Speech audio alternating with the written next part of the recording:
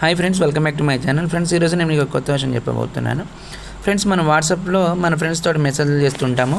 So మనము చేసిన మెసేజ్లు ఎక్కువైనప్పుడు వాటిని డిలీట్ చేస్తూ ఉంటాము. ఫ్రెండ్స్, వాట్సాప్లో చిన్న సెట్టింగ్ ఆన్ చేయడం ద్వారా మనం ఆటోమేటిక్గా ఆ మెసేజ్లు డిలీట్ అయ్యేలాగా చేయొచ్చు. ఫ్రెండ్స్, అందుకోసం ముందుగా మీరు ఎవరి మెసేజ్లు ఆటోమేటిక్గా డిలీట్ కావాలనుకుంటున్నారో ఆ కాంటాక్ట్ని అయితే ఓపెన్ చేయండి. ఓపెన్ చేసిన తర్వాత 3 డాట్స్ మీద క్లిక్ చేయండి.